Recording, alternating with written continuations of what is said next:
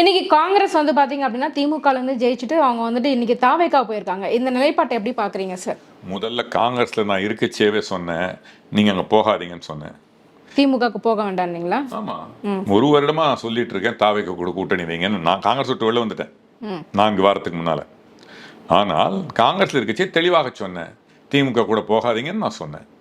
ஒரு வருடமா சொல்லிக்கிட்டு இருக்கேன். நீங்க என்ன பழைய நீங்க பாக்குறதுல போல் இருக்கு இதெல்லாம் பாத்தீங்கன்னா தெரியும்.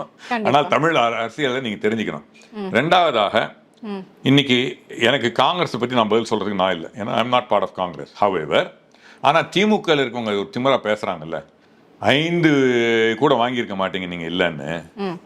கன்னியாகுமரியில காங்கிரஸ்ல இருக்க இன்னைக்கு வந்ததெல்லாம் சவுத்துல் தான் பாத்தீங்களா. ஏறக்குறைய அந்த பகுதியில் அவர்கள் இல்லாவிட்டாலும் இவங்க வந்து அந்த ஜெயிச்சிருப்பாங்க. ஒன்று. இரண்டாவதாக இந்த நான் சொன்ன மாதிரி கேட்டிருந்தாங்கன்னா இன்னைக்கு ஒரு 200 சீட்டு வந்திருக்கும்.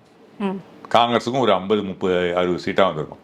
ஸோ சொல் பேச்சை கேட்காத காங்கிரஸ் இன்னைக்கு சுய புத்தியாக வந்திருக்குதுன்றது திமுக காரங்க சொல்றது. என்னால் அவங்க வந்தாங்கன்னா அதை விட சிரிக்கக்கூடிய விஷயம் வேற இல்லை.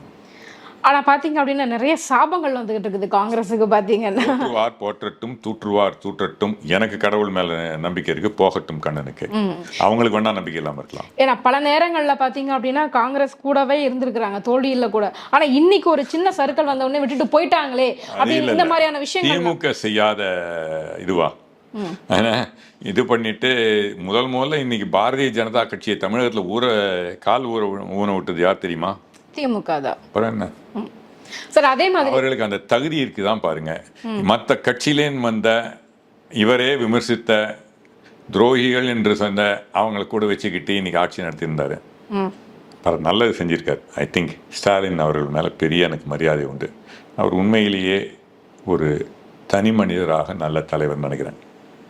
ஆனால் பல விஷயங்களை கட்டுப்படுத்தாமல் விட்டாருன்னு நான் என் கூட இருக்கச்சேவும் அதை விமர்சிச்சிருக்கேன். எனக்கு வந்து நான் காங்கிரஸில் இருக்கச்சே காங்கிரஸ் தலைவர் விமர்சித்த ஆள். அதனால் இது வந்து உண்மையை சொல்லணும் மக்கள்கிட்ட. இன்னைக்கு நீங்கள் எங்கிட்ட வர ஒரே காரணம் உண்மையை சொல்கிறேன்றதா.